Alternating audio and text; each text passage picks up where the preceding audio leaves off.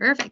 Welcome everyone to our final Remembrance Month lecture for our virtual series that we're having for the month of November. My name is Meredith Patterson.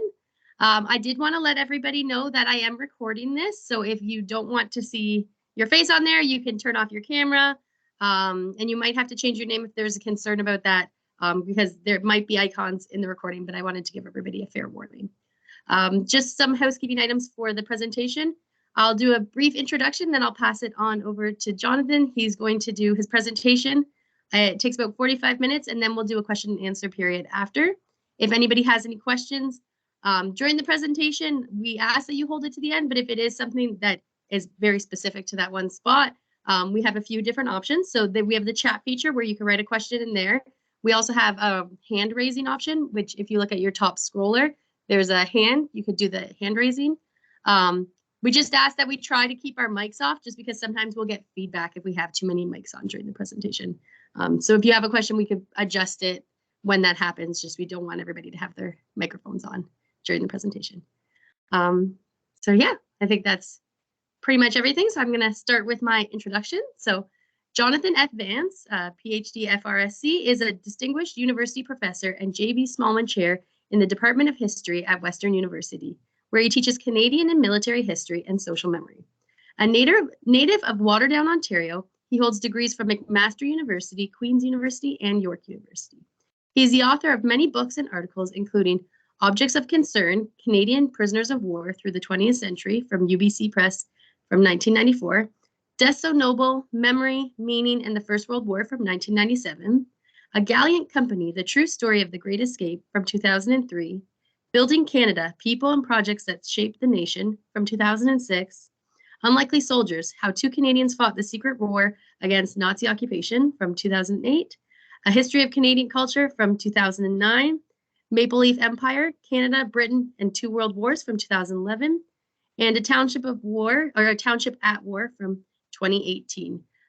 In all honesty, if I took the time to list off everything he wrote, that would probably be the 45 minutes. So this is just a small sampling. So yeah, I'm going to pass it on over to you, Jonathan. Thank you very much, Meredith. And thank you all for coming. It's good to see you virtually. Let me say, first of all, as I was mentioning to Meredith earlier, if you hear me momentarily drowned out by two dogs, I have two elderly rescue dogs who don't see very well, so if they start barking, they will stop fairly soon. So anyways, so I mean, I think every one of us will recognize that we live in a world now where the photograph is ubiquitous. It is everywhere, not just the news photos taken by a professional photojournalist, or portrait photos that we would have taken at a local studio, but the candid photo that we take ourselves. And now, of course, thanks to cell phone and tablet cameras, every aspect of life can be preserved for forever, perhaps. As you know, there are vast social media websites devoted to photo sharing. The selfie has become an obsession with a lot of people who own selfie sticks of various sizes so they can get images of themselves doing everything everywhere. One of the characteristics of modern life is that increasingly we experience the world not firsthand, but remotely through images. And this even occurs at things we attend in person. It's fairly frequent to see people filming an event on their phone and not watching the event live, but watching the event as it's being filmed on their phone. So it's a curious sort of world in which we live. Now, in some ways, the First World War was the beginning of that process, because it was during that time that the technology of photography developed to the point at which you didn't need to be a professional with very expensive kit to take photographs. Now, the First World War wasn't the first war to be photographed. That honor probably goes to the U.S. Civil War, which occurred at a time in the 1860s when photography was quite new, was still being developed, and there were lots of different processes and materials used to take and develop prints, photographs. In some cases, you would get incredibly sharp, detailed photographs like this one.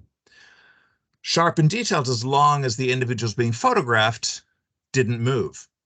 And so if you look at this one, you can see everyone seems to be in good shape except the little girl on the far right on her sister's lap, who has moved her head.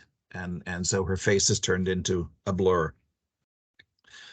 But the fact that photography was possible during the Civil War meant that there is a vast photographic record of that war, which is quite remarkable. However, photographic equipment at that time was bulky and expensive. It was relatively complicated. It involved various kinds of chemicals, various kinds of processes. So it wasn't something typically that amateurs did. And in fact, much of the photography you see that comes out of the Civil War was either official or professional, and in some cases, both. And it could exist because this new profession of photographers went around with large wagons carrying huge amounts of material, kit, to take their photographs, because it was quite a process. Now, that had changed dramatically by the time the First World War began. Nevertheless, most of the photos that we see from the front lines are official Canadian photographs done by official government-appointed photographers. And we tend to see the same photographs reproduced over and over again. Now, partly that's because they're remarkable images. And here are just a couple of the ones that are iconic, and we see reproduced over and over because they're fine photographs in terms of their aesthetic and also their technical elements. But because there's this vast record of official photography, that's what historians tend to go to illustrate their books. So you will have seen these images all over the place since 1920, probably.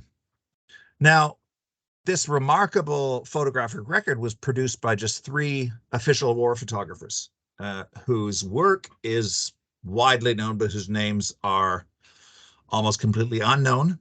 And they were Captain Henry Edward Knoble, who worked mostly just in the summer of 1916. William Ivor Castle, who worked from August 1916 to June 1917. And William Ryder, who worked from June 1917 to December 1918. So these were the 3 individuals who produced this incredible array of official photographs, and they were able to do so because they had access to all parts of the war effort. But the First World War was the first major conflict that involved soldiers who could also be amateur photographers themselves. And that was because in 1900, the Kodak Brownie was released, which meant the average person could purchase one of these quite inexpensive fixed focus cameras and take snapshots.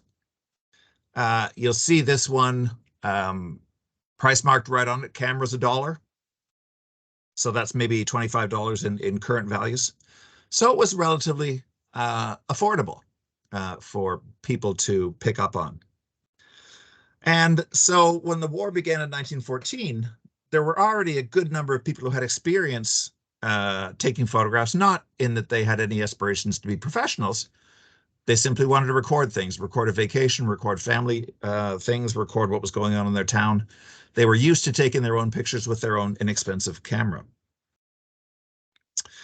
Now, the camera manufacturers also realized when the war began that this was a great marketing opportunity.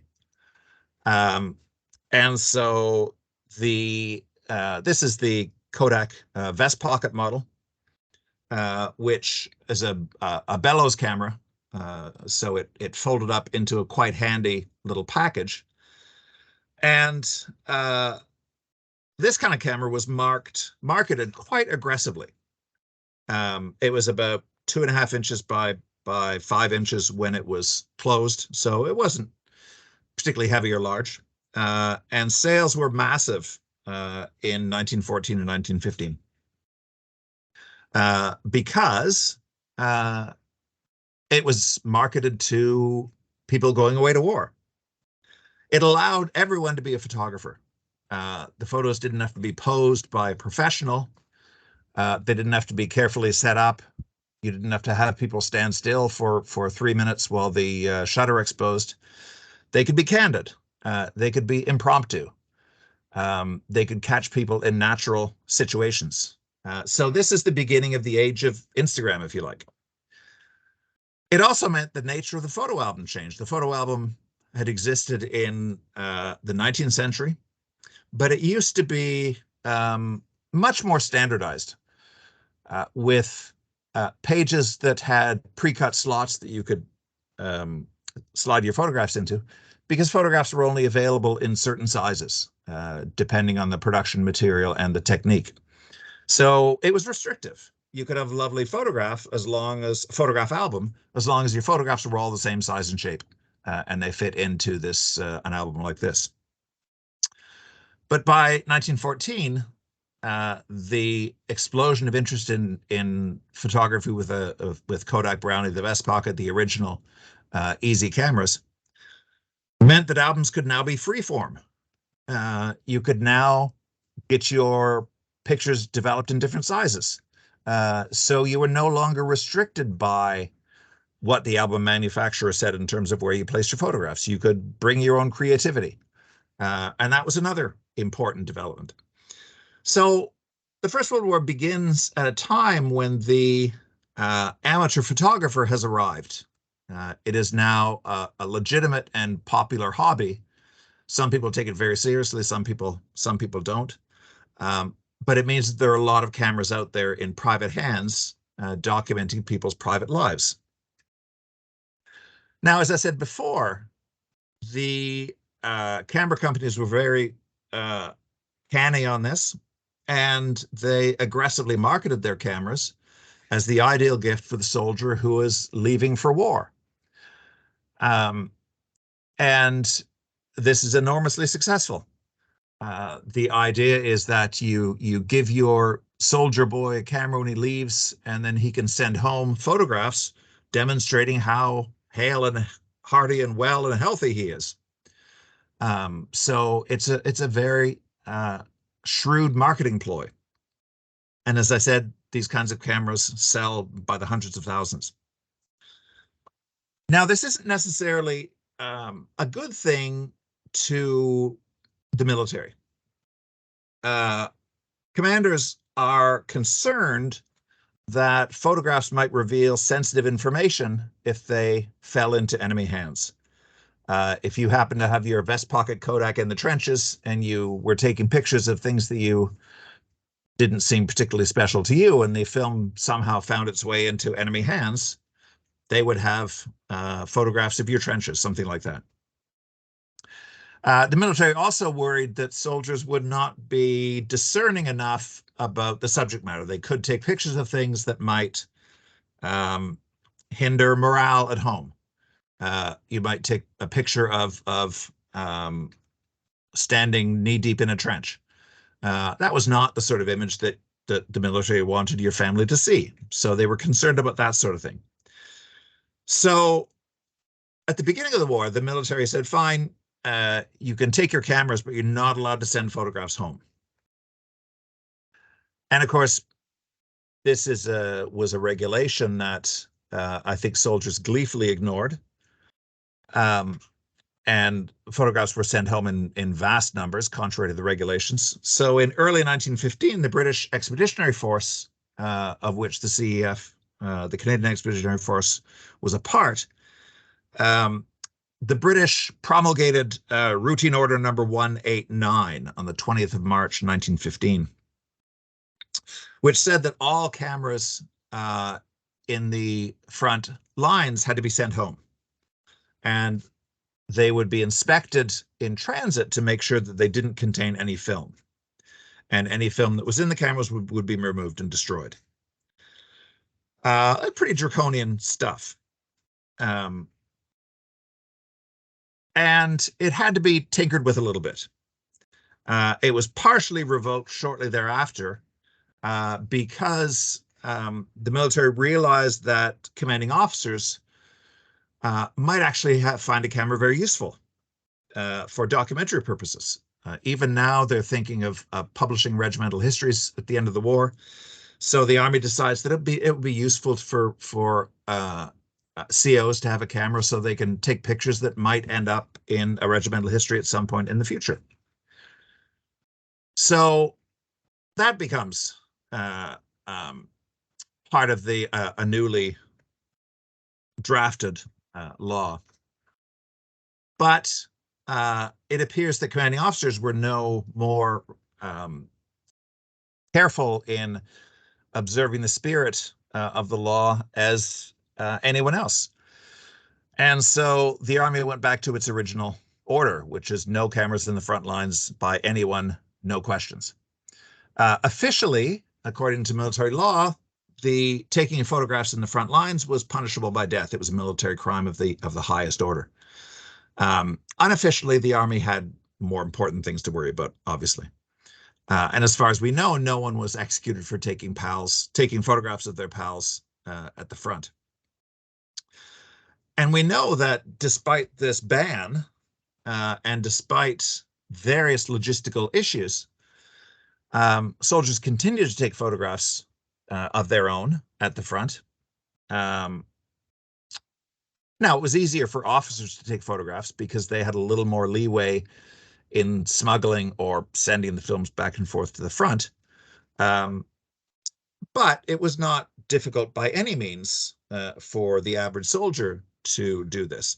And let me read you a brief portion of a letter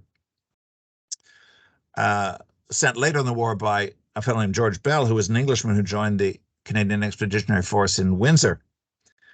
And this is what he wrote later in the war. He wrote, "My sister mailed films to me from England, and I sent them back by soldiers to London, where they were developed and printed, and the prints mailed to me by my sister, who in turn mailed to my sister, who in turn mailed them to me, a roundabout method that worked quite successfully." So Bell was clearly very interested in getting pictures, interested enough to have his film and his photographs go through 3 different hands to be developed and returned to him. And so you do see a number of images that were clearly taken in the trenches, and not just in practice trenches, but in the trenches at the front. The quality tends to be iffy. Like this one, it's a bit blurry. The contrast is fine, but perhaps in the printing has been some issues there. So all in all, the frontline photographs you see are not particularly satisfactory. And in any case, there were no such restrictions on cameras in military camps back in Canada. And in fact, that's where I want to spend most of my time this evening, with photographs taken not in the front lines, but elsewhere. And I'm going to show you a whole bunch of images tonight, many of them focused on various parts of Simcoe County. I have lots of images beyond the ones I'm showing you. They're all from my collection at the university. I have 15,000 odd postcards and photographs from this period. And I want to show you different kinds of photographs, ranging from professional to very, very amateur, to give you a sense of how this war was captured by the first generation of photographers. So it's obvious that when you enlisted and first got your snappy new uniform, having a portrait photo taken in that uniform was something of a ritual. And there were all sorts of photo studios across Canada. Even quite small towns had photo studios. So there are many, many, many images of local soldiers taken proudly showing off their new uniform. And they're interesting in a lot of ways. Interesting if you know the individual, but interesting also because there are such a volume of these photographs that even some of them that aren't identified as to place, it's possible to identify because you can recognize similar furniture in them. Certain studios have certain pieces of furniture that soldiers can stand beside. And by matching the furniture, you can match where the photographs were taken. So here we have John Corbett from Thornton, his perhaps first photograph in his new uniform. George Granger from Stainer. These printed or painted backdrops were pretty much the standard. A typical studio would have various kinds of backdrops. You'll see a few different ones, and you could pick your what you wanted to stand in front of. Again, often you can place the studio by matching the backdrop. Didn't always see them. You get some of this soft cropping look in this portrait photo of Jesse Allen from Midland, or in this one of John Rustin from Midland. Again, the quality of these photographs is typically very good because the equipment was, even for the time, was quite, was able to produce remarkably sharp images. One taken in Scotland in 1918, Thornton Smith of Penetanguishene on the left. Abraham Barham of Orillia with his wife and daughter. Barham and his wife worked at the insane asylum in Orillia until he enlisted and sadly was killed in action. Matthew Meikle of Midland. This is a perfect example of furniture. You can see this kind of plant standy sort of thing in a dozen or more different photographs. So even if the photograph's not identified as to person or place, it's somewhere probably in Midland, which is a big help. And of course, because of the proximity to Camp Borden in Simcoe County, it's worth mentioning that there were specialty painted backdrops for Camp Borden. And you can find lots of portrait photographs like this one of Wallace Paddington from Minising. Lots of portrait photographs taken in front of painted backdrops like this with the Camp Borden sign and bell tents in the background. You find similar ones for Petawawa and Niagara and the camps out west, Camp Hughes and Willows, etc., etc. Now, when the soldiers went overseas, this kind of portraiture didn't necessarily end because it was possible to get your portrait taken in France. And these ones are really nice. Studios still operated relatively close to the front lines. And these are neat because you get the soldiers almost right out of the trenches. You see them in their trench uniforms rather than in their good uniforms. And again, I have a bunch of images that have the same mascot. So this particular studio, wherever it was, had a mascot that was part of their furnishings, and soldiers loved to have their images taken, their pictures taken with the mascot. And there were also group photographs that were taken, typically at training camps by traveling photographers. These were, I would say, more or less official. In that they required the permission of military authorities to be done. So most camps had a local photographer who was essentially the preferred contractor, and Camp Borden had one as well. So they would be brought in to do kind of shots of camp life. And while they were there, they would probably do group portraits to order. And they would sell the first kind of photographs for postcards. I'll show you some of those in a few minutes. And the second kind of group shots they would sell to family members or visitors or to the soldiers themselves. So it was probably quite a good little gig there. They could also sell them to newspapers, local newspapers, for publication, and you do see a lot of these images being turned into newspaper photographs. So this was the great age of the postcard. Some of these camp shots were taken to be transformed into postcards to be sold. There had been postcards like this before the war. This Canadian military series had a dozen or so different cards showing different scenes in various militia camps, usually unidentified as to the unit. Hand-touched photograph, then lithographed for mass production. Some of these were still sold during the war, or if it was possible, if the producer was interested, they could be overprinted to update them. And so what you have here is a card that was probably originally printed in 1905 or so, but the postcard manufacturer has shrewdly repackaged it, so it now becomes the CEF on a route march in 1915. So it allows them to resell a whole bunch of old stock. These postcards, photograph postcards, can be a bit tricky, though. There was at this time no meaningful copyright protection, not only over photographs, but over anything. That wouldn't come until the 1920s. So things might not always be what they seem to be. So we have here a lovely image of at the training camp in the trenches showing a dugout.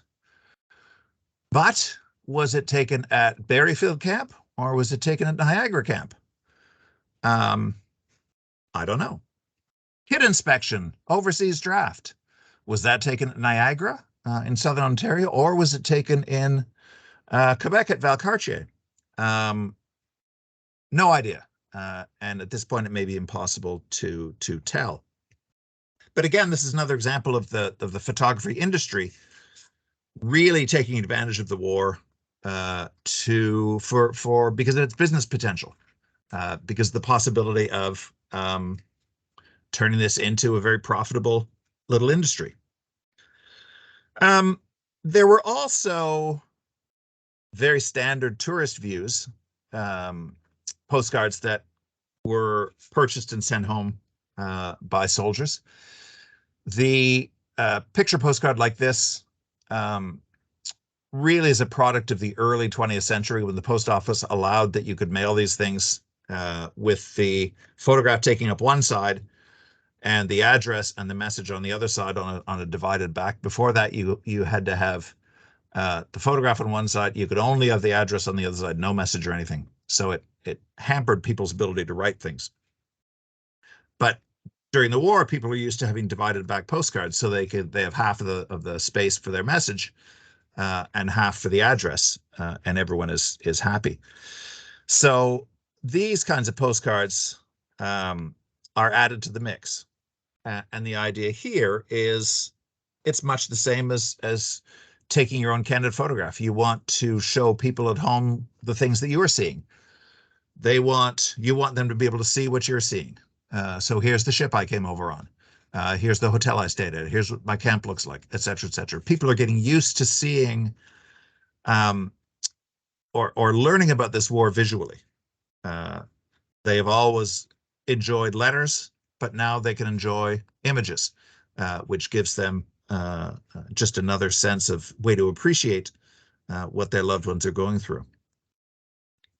And in this sense, the photograph is particularly important because soldiers tend to use it as proof that they're doing well.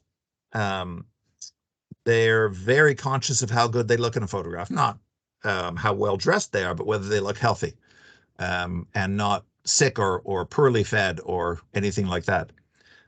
So the photograph becomes proof that all is well. And this is part of the reason why soldiers are so keen to take pictures of themselves and others, because they can send it home as a proof to their loved ones that everything so far is going just fine.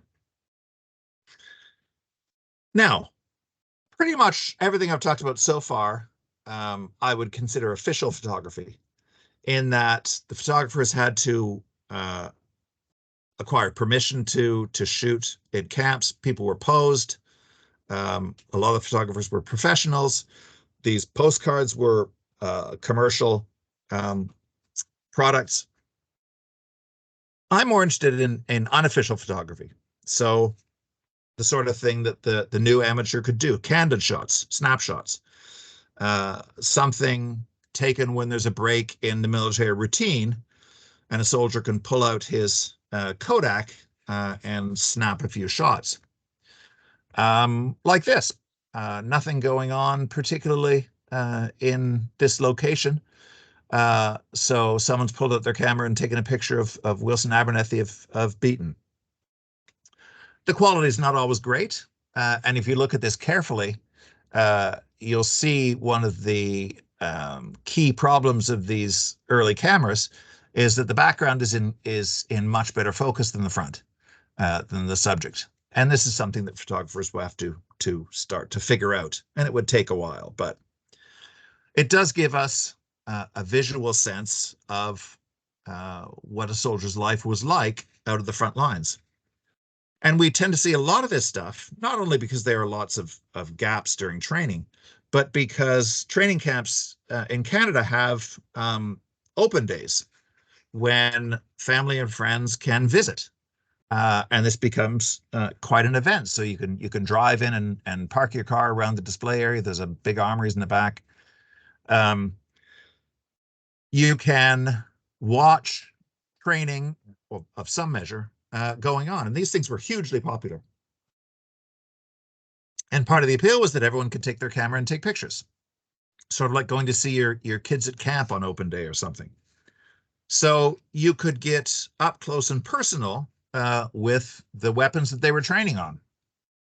So you can pop your dad and your uncle or something on the artillery piece and let them see the war as you're being trained to see it.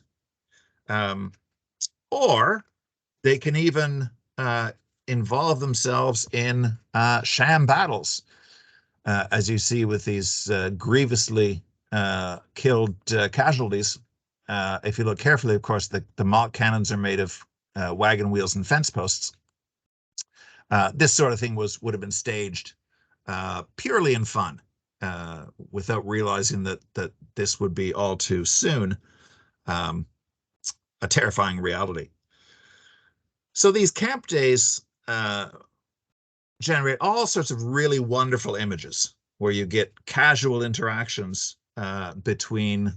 usually between families and their soldiers, but between the public and soldiers. This sort of image is classic. And gives us a wonderful glimpse of how soldiers themselves wanted to have the war remembered. There were also all sorts of other opportunities for people to take pictures of their loved ones in training.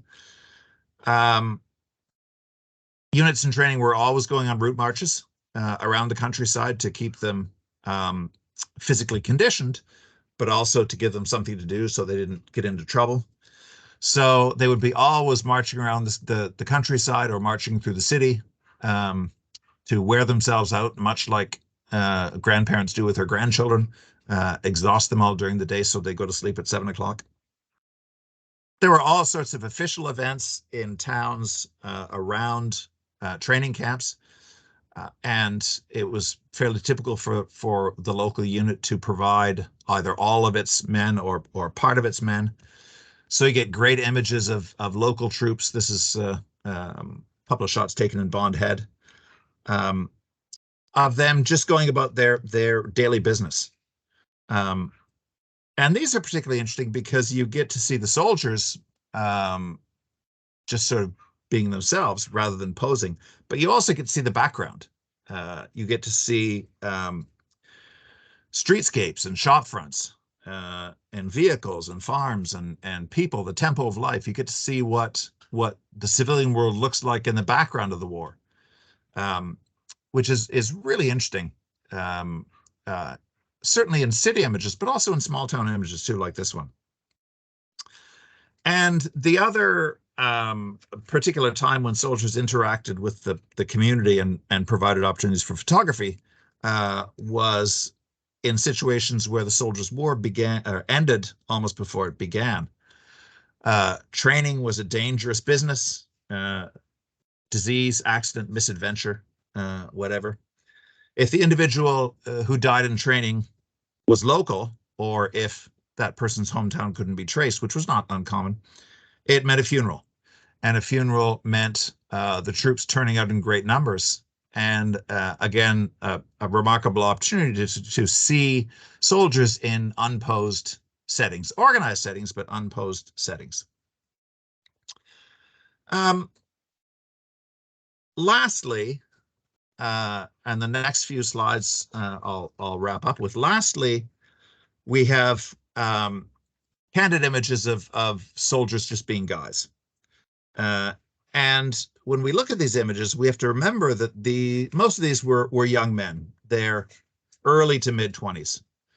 So not too many years off of the undergraduates that I teach today.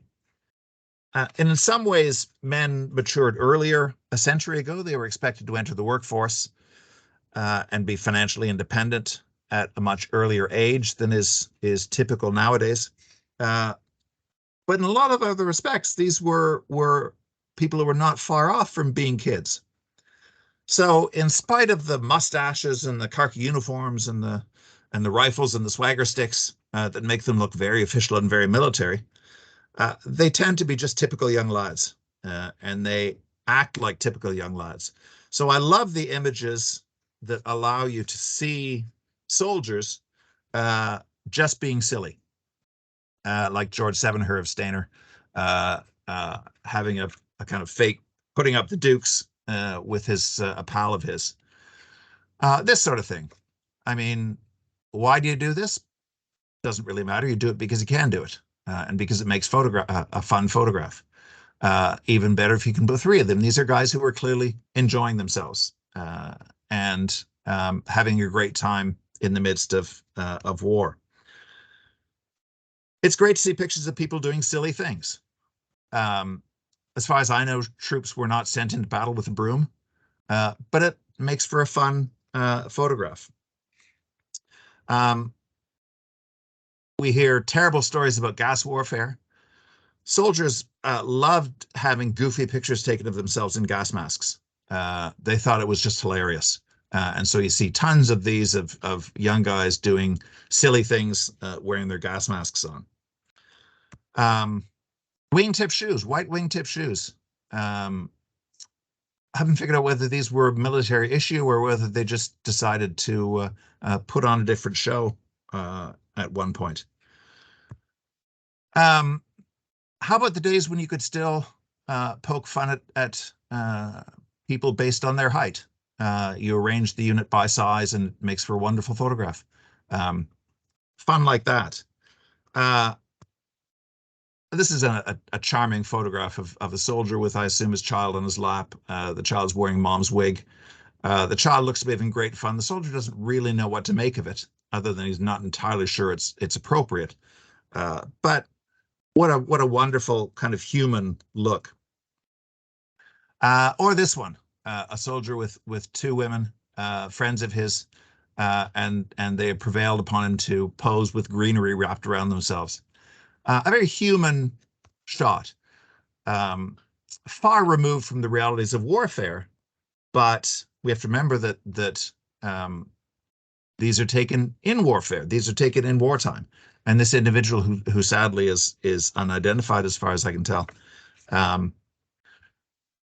this was a shot that either he or his friends wanted to preserve, perhaps because it gave a sense of, I guess, normalcy before he went off to war. Perhaps he took this with him. Perhaps it was mailed to him from home. But it's a reminder that things had been normal once, and presumably at one time they will be normal again. But I want to finish with one particular shot. And it's not a candid shot. but it's one of the shots that I find most arresting. A lot of what I've showed you, particularly in the last few minutes, are images of young people being young people and enjoying themselves. Even though they're in uniform training to go overseas to fight in a war, they're still able to be normal young people, find their common sense of humanity. And the fact that we can't, in most cases, identify the people, probably can't identify most of the units. It's possible to place them a little bit in terms of the time, the year, but there's a lot we don't know, but it doesn't really matter. Because even if we don't know who this gentleman or his two lady friends are, it doesn't matter. They are sort of human archetypes. They're representative of a generation of people whose lives were shifted, we hope not cut short, but shifted by the First World War. But this image is a little different. Oh, I forgot this one. Oh, how could I forget that? Of course, if you're a soldier about to go overseas, this was, I think, taken into the Ottawa area. What better thing to poke fun at than the firing squad? We don't tend to think of the firing squad as something that you joke about, but obviously this group of guys thought it was quite funny. Anyways, on to my closing image, which is this one. It was a very popular ritual for young women to put on the uniforms of their boyfriends or their brothers, or some other male in their family or in their world, and have a picture taken. Sometimes this would be done before the men went overseas. Sometimes it would be done after they came back. I suspect this one was taken before the individual went overseas. The cat badge is of the 44th Lincoln and Welland Regiment in the Niagara Peninsula. And the 44th was a militia unit that recruited soldiers for the CEF. This image was probably taken in 1915, something like that, and taken at a professional studio. The quality is studio quality. It's not a candid shot, but it's wonderful nonetheless. But who is she? I got this picture, 15, 20 years ago. And instantly fell in love with her. To look into her eyes, it's just remarkable. But you cannot help but wonder what the backstory is. So the two guys in the field with the greenery or the guy in the field with the greenery and the two women, backstory doesn't really matter. This one, I've always wondered about the backstory. So who is she? Whose uniform is it? Is it her brother? Is it a school friend? Was it her boyfriend? Was it her husband? Did he survive the war? Did he come back to her? Did he come back to her in one piece? Or did he come back a hollowed out individual ruined by war? Were they married before the war? Did they marry after the war? Did they have a long life together, full of children and grandchildren? Probably we can never know. And in some ways, that's good. I would like to think that this young woman and whoever owned this uniform went on to have a life filled with love and family and good times, and that this was a kind of, this photograph was a memento of the beginning of an experience that would have changed them but not destroyed them. But I have no way of knowing, and that's probably one of the great dangers of getting obsessive about these kinds of century-old photographs, because they create more questions than they can answer. And when you have an image like this, which I find quite captivating, even as I'm talking to you now and looking at it on my screen, I can't turn away from her eyes. They have a way of locking onto you. And I know there's a life story behind those eyes, but I will never know it. And maybe if the story didn't turn out like I wanted it to turn out, maybe it's good that I don't know it. It's just the nature of historical knowledge. We can know some things, but a lot of things we can never know. So I'll leave you with that image. and say thank you for your attention.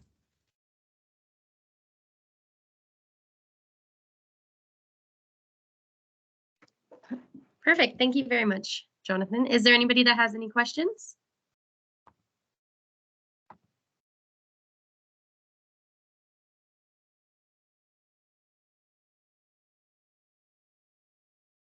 I personally would love to see a battle where people are on skates, though, and they fight with brooms. Personally, I would like to see that. Uh-huh. And of course, it should involve Canada because it can be a curling battle, so makes Yeah, perfect very sense. similar to curling. Yeah. Perfect sense. Yeah. Mm-hmm. Well, it doesn't appear that we have any questions. That's quite all right. Oh, no, wait, Dan has a question for you. Yep, Dan? Yeah, it probably not that significant. It's just it struck me when you were noting how many ways earlier on that, yet again in a capitalist society, the war became a business. Mm. And in particular, I guess I was just wondering, like, is there any studios you've happened to run across or any way to finding where people were commenting maybe on how busy they were taking all these photos in the early part of the war? Like, you almost wonder if that sort of became something that threw off the studio owners, how busy they suddenly were doing all this. Mm-hmm. Very much so. I mean, this was big business. I remember years ago, I came across a comment in a totally different context. It was a letter sent by the Association of Canadian movie theaters, cinemas. It was in the Second World War. And it was written in 1943 or 44, I think. And movie theaters, Second World War was a boom time beyond any boom time. They were sold out every single night of the week. And they wrote in this letter, they were very concerned about how business would go when peace broke out. And this was a real scary thing for them. And I sometimes wonder if photography studios during the First World War were thinking the same way. We have a captive audience of a constant resurgence of people who want their pictures taken. What happens when the war ends and these people don't need their pictures taken in uniform again? A lot of studios do collapse in the 20s, and I mean, I don't have the proof, but I can't help thinking that they fall victim to the end of all these great commercial opportunities that the war provides. So I think you make a really good point.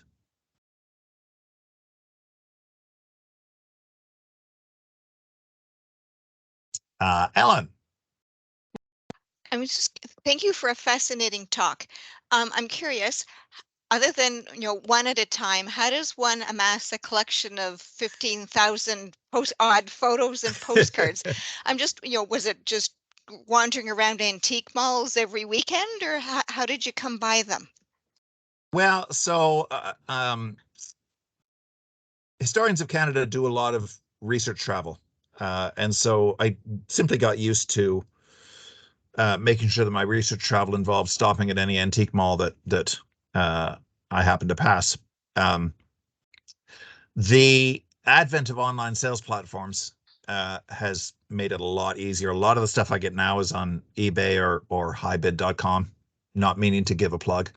But I also have a number of people who are, I think the term is pickers, who go across in their own neighborhoods, their own parts of the province, parts of the country, and pick this stuff up for me and resell it to me. And that's really great because I'm able to tap into most stuff from Southwestern Ontario, but by having people across the country looking for stuff, I can get a much broader coverage.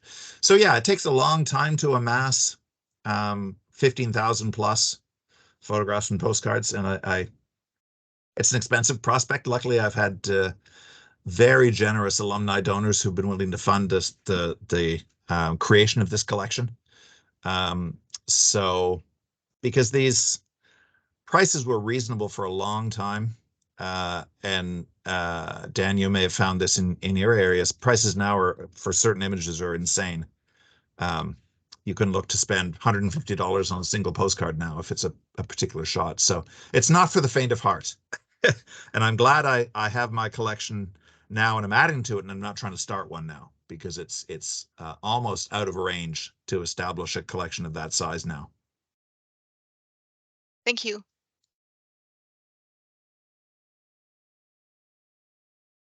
I Is there should say, any other Meredith, that if this is going on your website, and if anyone sees an image of a relative of theirs, I'd be happy to send them a proper copy. You can put them in touch with me, and Perfect. I'll email along a file, because some of these are just, the PowerPoint doesn't do it justice. Some of these are photographs of wonderful quality, and I'd love for other people to enjoy them. Yeah, that would be lovely. Thank you. Does anybody have any other questions? I think we're probably good. So on behalf of myself, I think so, yeah, on behalf of myself and the Simcoe County Museum, Jonathan, I'd like to thank you so much for joining us today. It was a fantastic presentation. I really enjoyed the visuals. I found some of them funny and some of them really thought-provoking. So thank you very much. You. I appreciate that. Thanks all for coming.